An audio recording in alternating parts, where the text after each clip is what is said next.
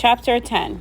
How does it look? Asked Papa as I passed through the sitting room on my way out the side door. Over a week had passed since he had been injured, and it was his first morning up. He was seated by the cold fireplace, his head still bandaged, his broken leg resting on a wooden chair. His eyes were on Mama at her desk. Mama put down her pencil and frowned at the open ledger before her. She glanced at me absently and waited until I had closed the screen door behind me.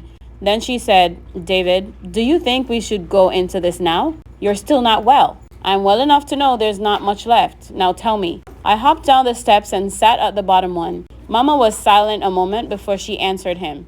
"With Hammer's half of the mortgage money, we've got enough to meet the June payment. Nothing more. A couple of dollars, but that's all." They were both silent. "You think we should write Hammer and borrow some money?" Mama asked. Papa did not answer right away. "No," he said finally. "I still don't want him to know about this thing. If he know I'm not on the railroad, he'll want to know why not, and I don't want to risk that temper of his when he finds out what them Wallaces done." Mama sighed. "I guess you're right." "I know I am," said Papa. "Things like they are, he come down here wild and angry, he'll get himself hung. Long as things don't get no worse, we can make it without him. We'll meet that June note with the money we got here." He paused a moment. "We'll probably have to sell a couple of the cows and their calves to make them July and August note. Maybe even that old sow. But by the end of August, we'll have enough cotton to make the September payment. Of course, we'll probably have to go all the way to Vicksburg to get it ginned. Can't already use Harland Granger's gin this year." There was a silence again. Then Mama said, "David, Mama's been talking about going into Strawberry to the market next." "No," Papa said, not letting her finish. "Too much bad feeling there. I told her that. I'll talk to her. Anything we just gotta have before the first cotton come in?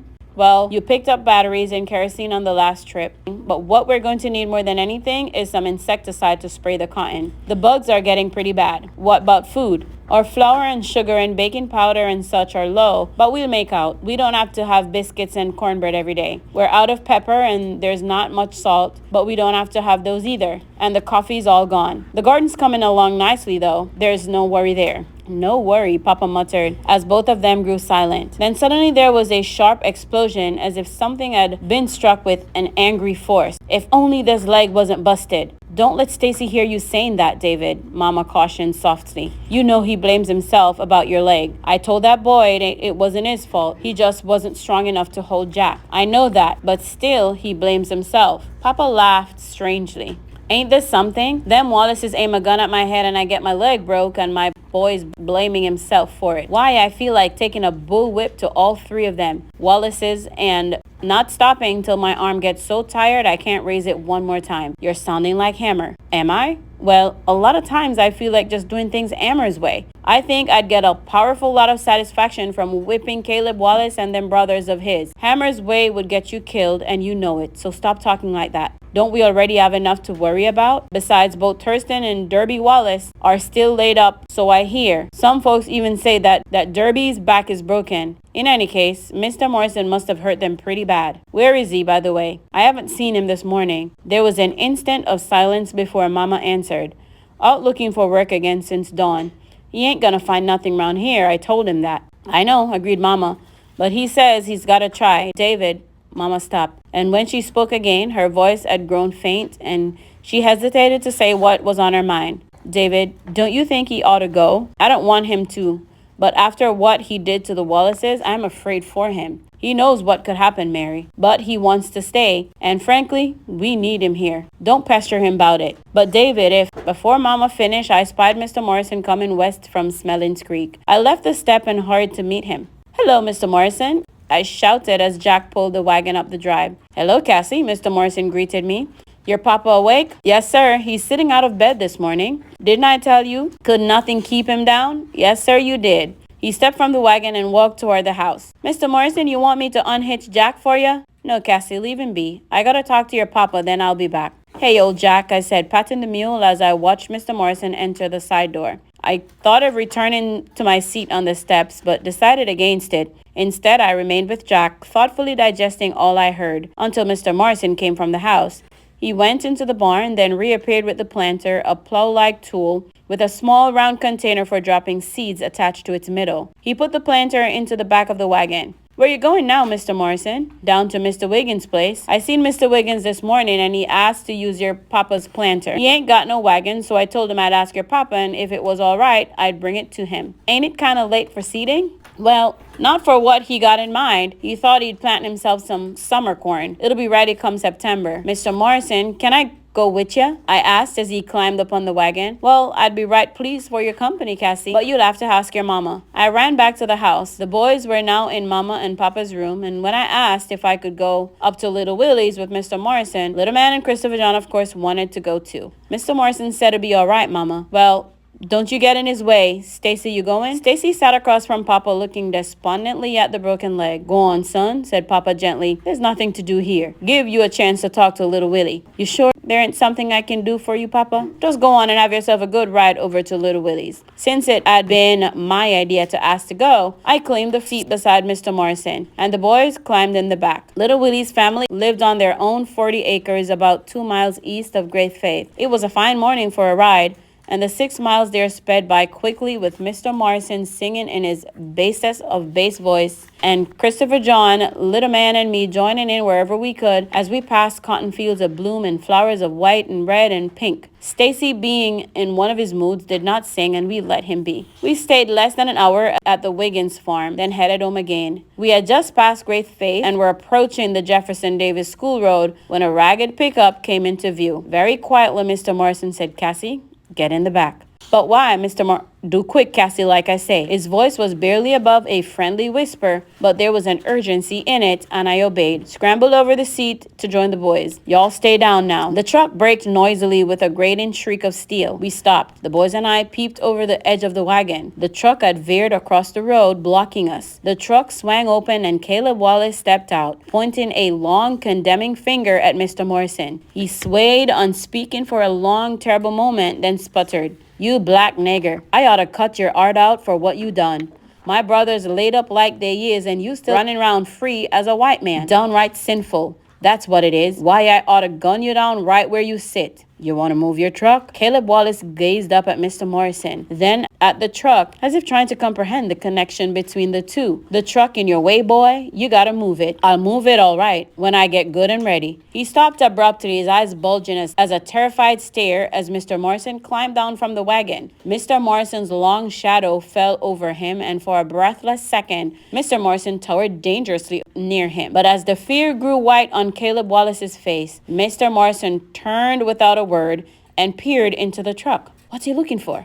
I whispered. Probably a gun, said Stacy. Mr. Morrison circled the truck, studying it closely. Then he returned to its front, and bending at the knees with his back against the grill, he positioned his large hands beneath the bumper, slowly, his muscles flexing tightly against his thin shirt and sweat popping off his skin like oil on water. He lifted the truck in one fluid, powerful motion until the front was several inches off the ground and slowly walked it to the left side of the road, where he set it down as gently as a sleeping child. Then he moved to the rear of the truck and repeated the feat. Caleb Wallace was mute. Christopher John, Little Man, and I stared open-mouthed, and even Stacy, who had witnessed Mr. Morrison's phenomenal strength before, gazed in wonder. It took Caleb Wallace several minutes to regain his voice. We were far down the road, almost out of the hearing, when his frenzied cry of hate reached us. One of these nights, nigger. One of these nights, you watch, nigger. I'm gonna come get you for what you done. You just watch. One night, real soon.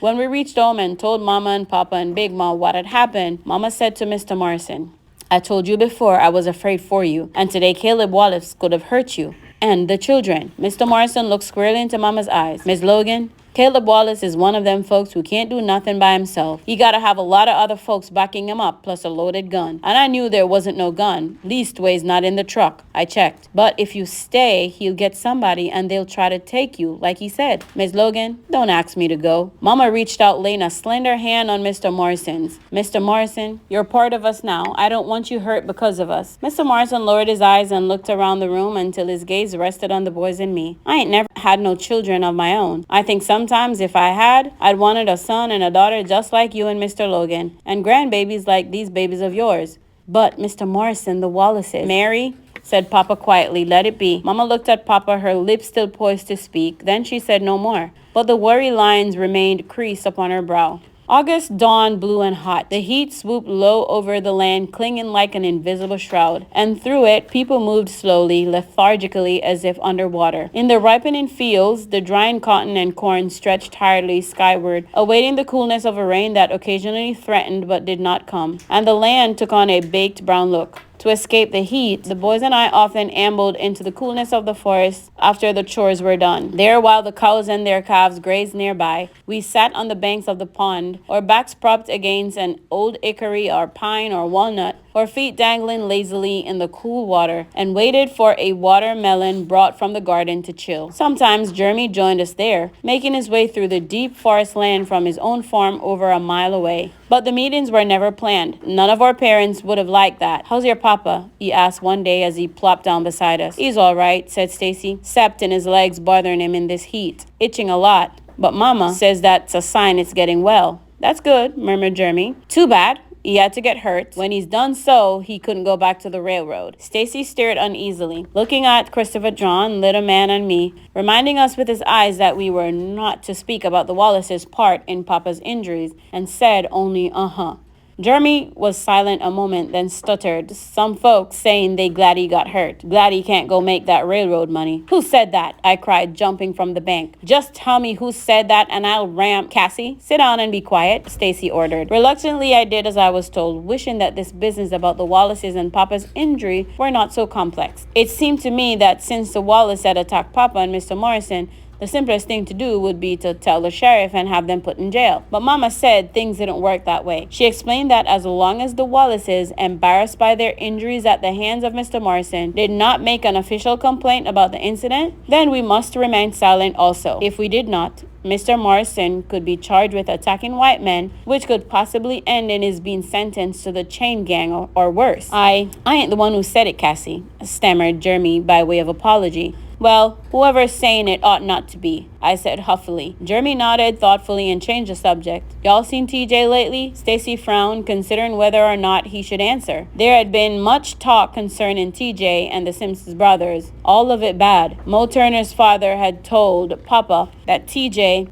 had stopped by the Simpsons once, and after they had left, he had discovered his watch missing. The Laniers had had the same experience with the locket. That TJ done turned real bad. Mr. Lanier had said, I don't want nothing to do with no thief, especially no thief running around with white boys. Finally, Stacy said, don't see him much no more. Jeremy pulled at his lip. I see him all the time. Too bad, I sympathized. Stacy glanced reproachfully at me, then lay flat upon the ground, his head rising into the cushion of his hands clasped under his head. It sure is beautiful up there, he said, pointedly changing the subject again. The rest of us lay back too. Overhead, the branches of the walnut and hickory met like long green fans sheltering us. Several feet away, the persistent sun shade ambered roads of shimmering sunlight upon the pond. A stillness hovered in the eye hair, soft, quiet, peaceful. I think when I grow up, I'm going to build me a house in some trees and just live there all the time, said Jeremy. How are you going to do that? Asked the little man. Oh, I'll find some real trees and just build. I figure I'll have the trunk of one tree in the bedroom and the other in the kitchen. How come you want to live in a tree for? Christopher John inquired. It's so peaceful up there and quiet. Cool too, answered Jamie, especially at night. How you know how cool it is at night? I said. Jeremy's face brightened. Because I got my bedroom up there. We looked at him unbelieving.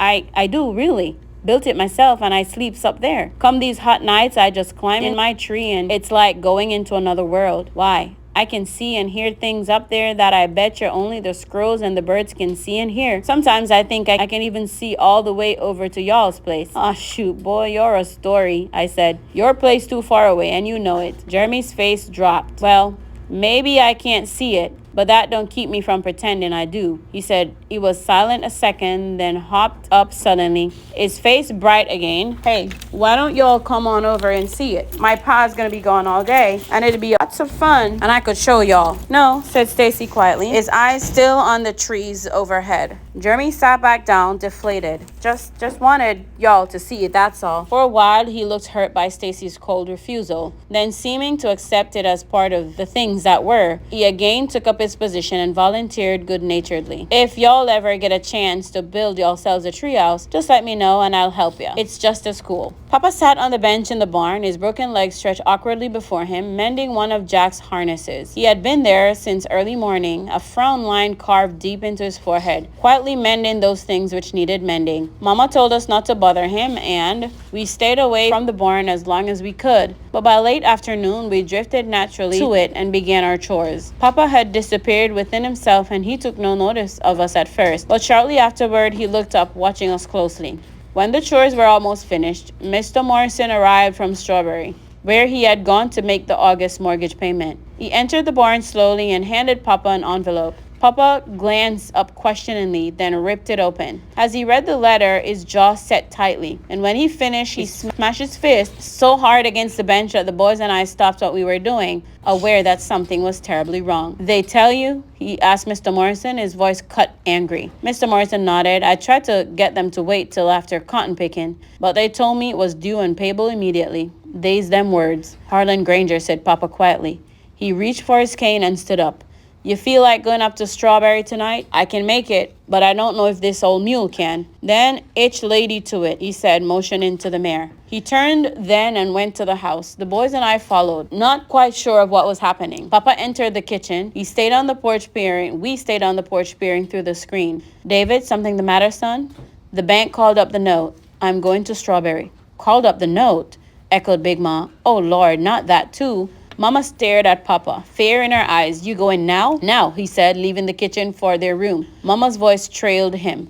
"David, it's too late. The bank's closed by now. You can't see anyone until morning." We could not hear Papa's reply, but Mama's voice rose sharply. "You want to be out on that road again in the middle of the night after what happened? You want us to be worried to death about you? Mary, you don't understand. They're trying to take the land," Papa said, his voice raising too so that we heard. "Don't you understand? I don't want you dead." We could hear nothing else, but a few minutes later, Papa came out and told Mr. Morrison to unhitch Lady. They would go to Strawberry in the morning. The next day, Papa and Mr. Morrison were gone before I rose. When they returned in the late afternoon, Papa sat wearily down at the kitchen table with Mr. Morrison beside him. Rubbing his hand over his thick hair, he said, "I called Hammer." "What did you tell him?" Mama asked. "Just that the note's been called. He said he'd get the money." "How?" "He didn't say and I didn't ask. Just said he'd get it." "And Mr. Higgins at the bank, David," said Big Ma. What he have to say?" "Said our credit's no good anymore. We aren't even hurting the Wallaces now," Mama said with acid anger. "Harland Granger's got no need." "Baby, you know he's got a need," Papa said, pulling her to him. "He's got a need to show us where we stand in the scheme of things. He still wants this place." "But son, that mortgage give us 4 more years." Papa laughed dryly. "Mama, you want me to take it to court?" Big Ma sighed and placed her hand on Papa's. "What if Hammer can't get the money?" Papa did not look at her, but at Mr. Morrison instead. "Don't worry, Mama. We ain't gonna lose the land. Trust me." On the 3rd Sunday of August, the annual revival began. Revivals were always very serious, yet gay and long planned for. Affairs which brought pots and pans from out-of-the-way shelves, mothball packed dresses, and creased pants from hidden chests, and all the people from the community and neighboring communities up the winding red school road to Great Faith Church. The revival ran for 7 days, and it was an occasion everyone looked forward to. For it was more than just church services. It was the year's only planned social event, disrupting the humdrum of everyday country life. Teenagers courted openly. Adults met with their relatives and friends they had not seen since the previous year's big meeting, and children ran almost free. As far as I was concerned, the best part of the revival was the very first day. After the first of 3 services was dismissed, the mass of humanity which had squished its way into the sweltering interior of the small church poured onto the school grounds, and the women proudly set out their dinners in the backs of wagons and on the long tables circling the church. Then it was a feast to remember. Brimming bowls of turnip greens and black-eyed peas with ham hooks, thick slices of last winter's sugar-cured ham, and strips of broiled ribs, crisply fried chicken and morsels of golden squirrel and rabbit, flaky buttermilk biscuits and crusty cornbread, flat slabs of sweet potato pie and butter pound cakes, and so much more were all for the taking. No matter how low the pantry supplies, each family always managed to contribute something. And as the churchgoers made the rounds from table to table, hard times were forgotten, at least for the day. The boys and I just loaded our plates for the first time and taken seats under an old walnut when Stacy put down his plate and stood up. "What's the matter?" I asked, stuffing my mouth with cornbread. Stacy frowned into the sun. "That man walking up the road." I took a moment to look up, then picked up my drumstick. So, he looks like Uncle Hammer, he cried and dashed away. I hesitated watching him, reluctant to leave my plate unless it really was Uncle Hammer. When Stacy reached the man and hugged him, I put the plate down and ran across the lawn to the road. Christopher John, with his plate still in hand, and Little Man ran after me. Uncle Hammer, where's your car? Little Man asked, after we had all hugged him. Sold it, he said. Sold it, we cried in unison. But why? Asked Stacy. Needed the money, Uncle Hammer said flatly. As we neared the church, Papa met us and embraced Uncle Hammer. I wasn't expecting you to come all the way down here. You expecting me to send that much money by mail? Could have wired it. Don't trust that either. How'd you get it? Borrowed some of it, sold a few things, he said with a shrug. Then he nodded toward Papa's leg. How'd you do that? Papa's eyes met Uncle Hammer's and he smiled faintly. I was sort of hoping you wouldn't ask that. Papa, I said, Uncle Hammer sold the Packard. Papa's smile faded. I didn't mean for that to happen, Hammer. Uncle Hammer put his arm around Papa. What good's a car? It can't grow cotton, you can't build a home on it, and you can't raise 4 fine babies in it. Papa nodded, understanding. Now, you gonna tell me about that leg? Papa stared at the milling throng of people around the dinner tables. Let's go get something to eat first, he said. Then I'll tell you. Maybe it'll set better with some of this good food in your stomach. Because Uncle Hammer was leaving early Monday morning, the boys and I were allowed to stay up much later than usual to be with him. Long hours after we should have been in bed, we sat on the front porch, lit only by the whiteness of the full moon, and listened to the comforting sounds of Papa's and Uncle Hammer's voices mingling once again. We'll go up to Strawberry and make the payment first thing tomorrow, said Papa. I don't think I'd better go all the way to Vicksburg with this leg, but Mr. Morrison will take you there, see you to the train. You don't have to do that, replied Uncle Hammer. I can make it to Vicksburg all right, but I'd rest easier if I knew you was on a train headed due north, not off getting yourself ready to do something foolish. Uncle Hammer grunted. There ain't a foolish thing to what I'd like to do to them Wallaces, Harland Granger either. There was nothing to say to how he felt, and no one tried. What you plan to do for money? Uncle Hammer asked after a while. The cotton looks good, said Papa. We do well on it. We'll make out all right. Uncle Hammer was quite a moment before he observed, just tightening the belt some more, huh? When Papa did not answer, Uncle Hammer said, maybe I better stay. No, said Papa adamantly. You do better in Chicago. May do better, but I worry a lot. He paused, pulling out his ear.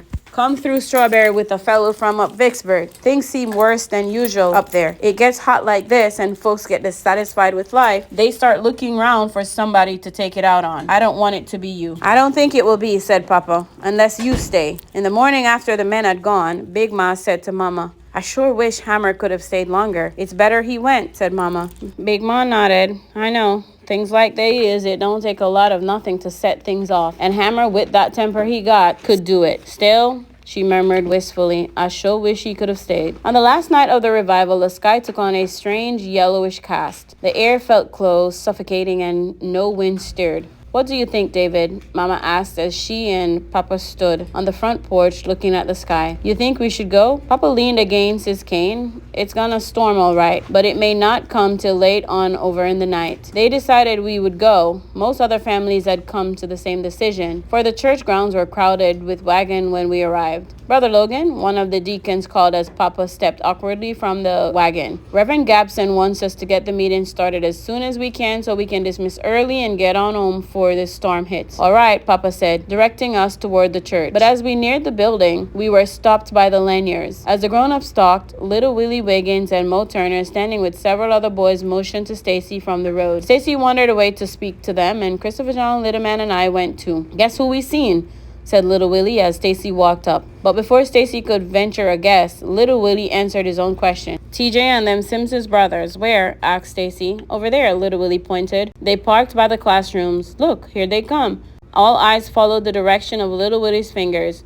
Through the settling dust, 3 figures ambled with assurance across the wide lawn. The 2 Simpsons on the outside, TJ in the middle. How come he bringing them here? Asked Mo Turner angrily. Stacy shrugged. Dunno.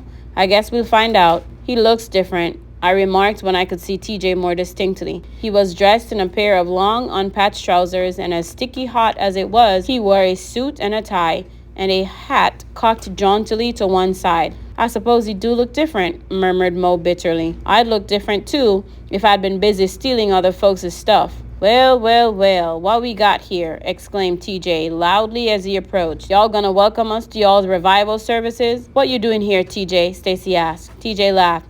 I got a right to come to my own church, ain't I? see all my old friends. His eyes wandered over the group, but no one showed signs of being glad to see him. His wide grin shrank a little, then spying me, he patted my face with his moist hand. Hey, Cassie girl, how you doing? I slapped his hand away. Don't you come messing with me, TJ, I warned. Again he laughed, then he said soberly, well, this is a fine how do you do. I come all the way over here to introduce my friends RW and Melvin, and y'all acting like y'all ain't got no manners at all. Yeah, old RW and Melvin, he said, rolling the Simpsons name slowly off his tongue to bring to our attention that he had not bothered to place a Mr. before either. They been mighty fine friends to me, better than any of y'all. Look, see here what they give me. Proudly he tugged at the suit coat. Pretty nice stuff, huh? Everything I want they give me, 'cause they really likes me. I'm their best friend. He turned to the Simpsons. Ain't that right, RW and Melvin? Melvin nodded, a condescending smirk on his face, which was lost on TJ. Anything, just anything at all I want. They'll get it for me, including... He hesitated as if he was unsure whether or not he was going too far, then plunged on, including that pearl-handled pistol in the Barnett's Mercantile. RW stepped forward and slapped a reassuring hand on TJ's shoulder. That's right, TJ. You name it and you've got it. TJ grinned widely. Stacy turned away in disgust. Come on, he said. Service is about to start. Hey, what's the matter with y'all? TJ yelled as the group turned and massed and headed for the church. I glanced back at him. Was he really such a fool? All right, TJ, said Melvin as we walked away. We come down here like you asked. Now you come on into Strawberry with us like you promised. It didn't even make no difference, muttered TJ. What? Said RW. You coming, ain't you? You still want that pearl-handled pistol, don't you? Yeah, but... Then come on, he ordered, turning with Melvin and heading for the pickup. But TJ did not follow immediately. He remained standing in the middle of the compound, his face puzzled and undecided. I had never seen him look more desolately alone, and for a fleeting second I felt almost sorry for him. When I reached the church steps, I looked back again. TJ was still there, an indistinct blur blending into the gathering dusk. And I began to think that perhaps he would not go with the Simpsons. But then the rude squawk of the truck's horn blasted the quiet evening, and TJ turned his back on us and fled across the field.